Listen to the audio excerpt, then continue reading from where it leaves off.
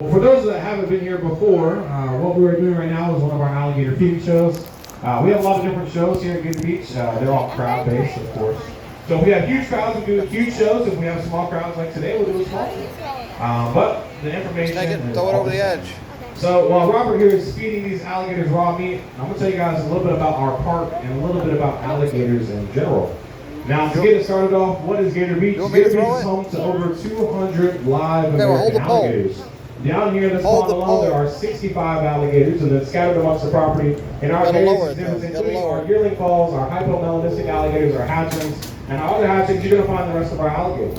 Now, all of our alligators here at Gator Beach are all saved alligators. So that means they come from purses and belt farms where they were supposed to be used for products, like purses, belts, shoes, meats, boots, everything of that sort. Hold it above the water, Larry. He's trying to get it. Farms and getting the alligator as a boot or a purse, we actually just go and get the entire alligator at 2 weeks old, and then we raise them until 6.5 years old or around. Now don't yank on it. Let him get it before you pull it back. Now the reason that we do that is because in the alligator world, 6.5 is when alligators start to become extremely territorial, cannibalistic, and they start the mating process. And that's not too family friendly, right?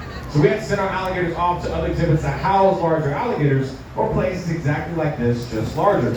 Now I know, yes, upstairs in the restaurant they do serve alligator, but guess what, folks? This is not a redneck Red Lobster, okay? So you don't get to choose what alligator you eat here. All these alligators are strictly educational animals that are going to live up to 85 years old in captivity, and if they were in the wild, it'd be around 65 years.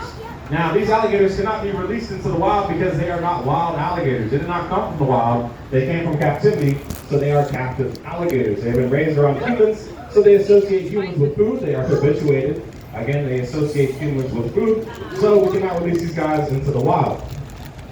Now, after this, we have sent alligators off to a lot of different exhibits. We sent them off to zoos, sanctuary places that house larger alligators. Last year, we sent them off to Clearwater, South Florida, to an alligator reserve, which is just acres of swampland dedicated to alligator conservation. You want me to do it, you watch, or do you want to do it again? Go all, pretty much all across the United States, or anybody that has the proper documents to house these large alligators. Okay? But alligators grow 1 foot a year for the first 6 to 9 years of their life.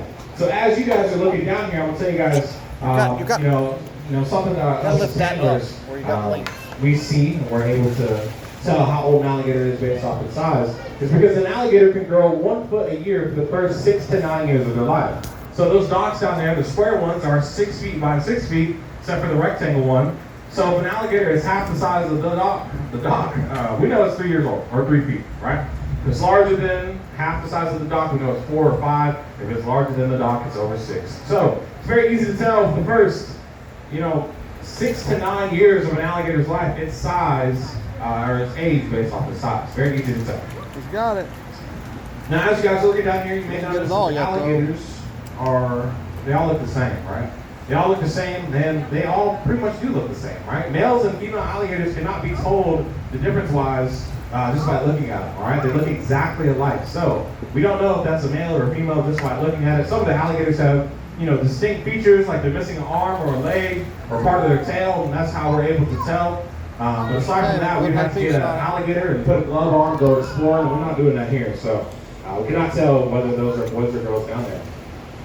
Now, I will tell you, though, there are only one type of alligator down there right now, and those are American alligators. There's only 2 types in the entire world. There are American and there are Chinese. Here at Gator Beach, we only have American alligators.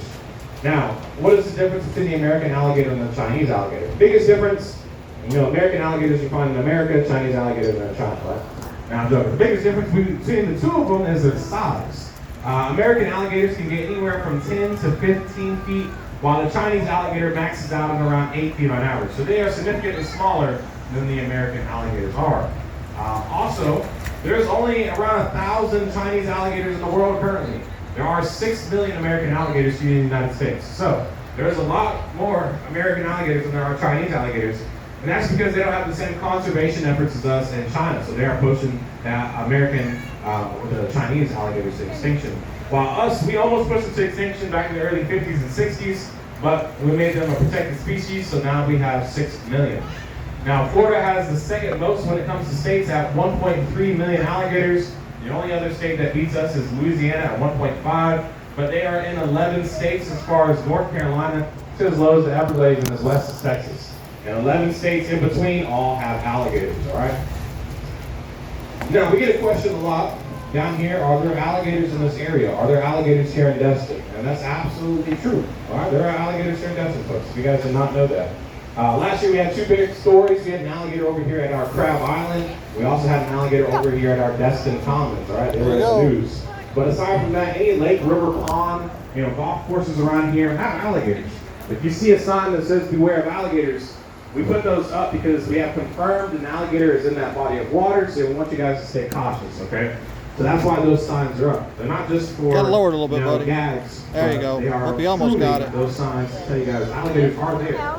Now, let's say you guys go to a body of water, you're hanging out for an hour or 2 hours, and you don't see an alligator in that water.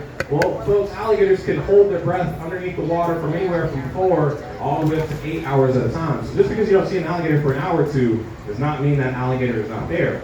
Also, you may not see an alligator because alligators only need 2 inches to camouflage themselves underneath the water's edge. So, us, we're looking at this pond right now, there could be an alligator in the middle of the water right there, 2 or 3 inches underneath the water, and we wouldn't see it because of the camouflage is so significant.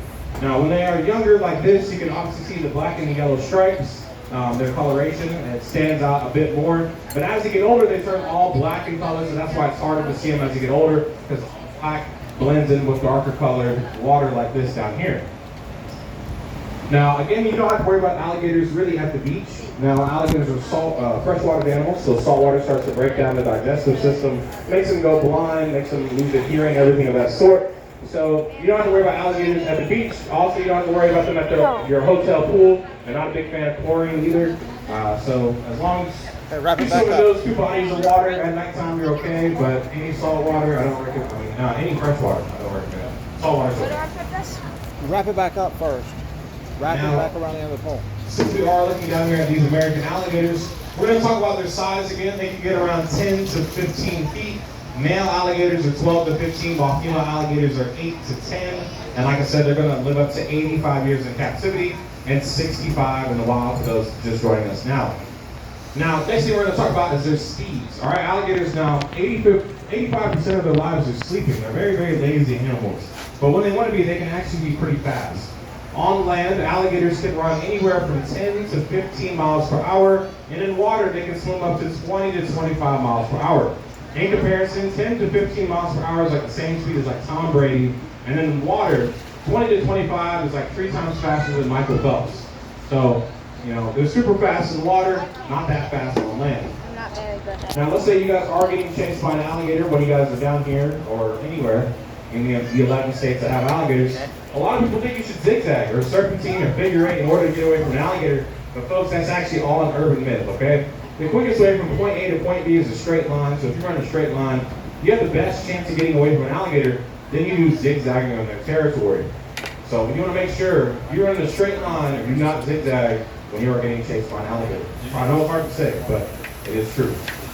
Now, crazy side fact is alligators have the ability to climb trees and fences. So if you didn't know that, you look up a video on YouTube and it'll easily show you guys. They can climb trees and fences, hence why we have these special guardings on these rails right here. We have these things called fallbacks. So an alligator, let's say an alligator was to start climbing the fencing or the walls, they would fall back into the water because of how lazy they are, so they would naturally fall back. So we have those fallbacks, it's pretty cool. That also prevents people from falling into the pond, all right? That hasn't happened, but every day is a new day, and one day somebody's gonna fall in and we have to go get them. I just don't recommend that for many of you guys because we're not lifeguards, okay? We don't really want to get in there.